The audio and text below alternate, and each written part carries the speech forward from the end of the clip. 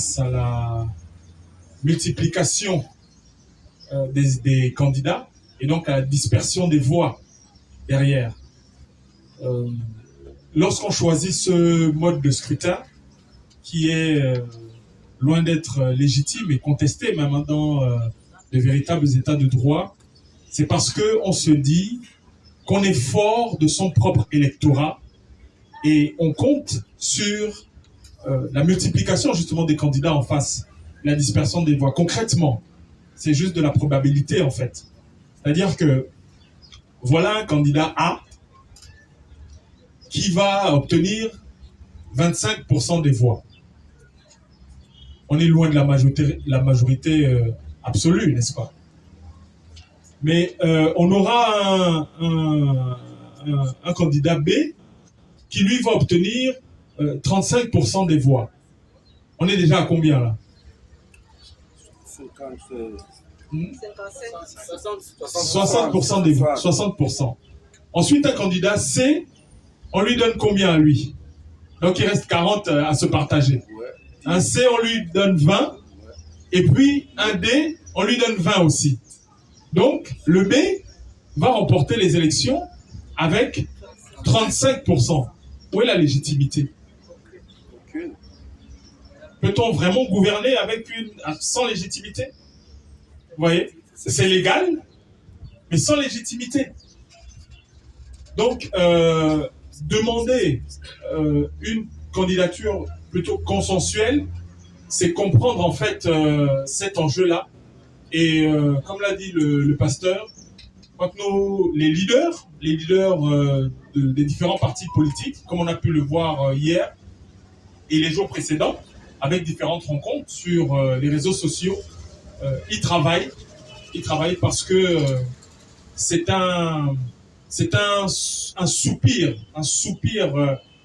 populaire, j'ai envie de dire national, que celui de l'alternance démocratique à la tête de nos institutions. Nous avons aussi demandé par rapport au candidat qui était chef d'État sortant. D'accord. Alors, sauf erreur de ma part, il n'y a pas un texte qui liste les obligations d'un président de la République en exercice qui voudrait rempiler pour un second mandat. En revanche, ce qu'on constate relève de la pratique. À partir du moment où un président en exercice dépose sa candidature, il redevient en principe un citoyen lambda. Concrètement, c'est la démocratie en action. C'est-à-dire que ce qu'il fait, c'est qu'il rend le pouvoir acquis de droit, donc au peuple. Et il lui redemande encore de lui faire confiance à nouveau. Et pour cela, il faudra attendre les élections. Vous voyez? Donc, concrètement, le temps que les élections décident du prochain président, ce ne sont que des affaires courantes qui doivent en principe être gérées. Vous voyez, c'est une entente tacite dans le respect justement de la démocratie et des principes républicains.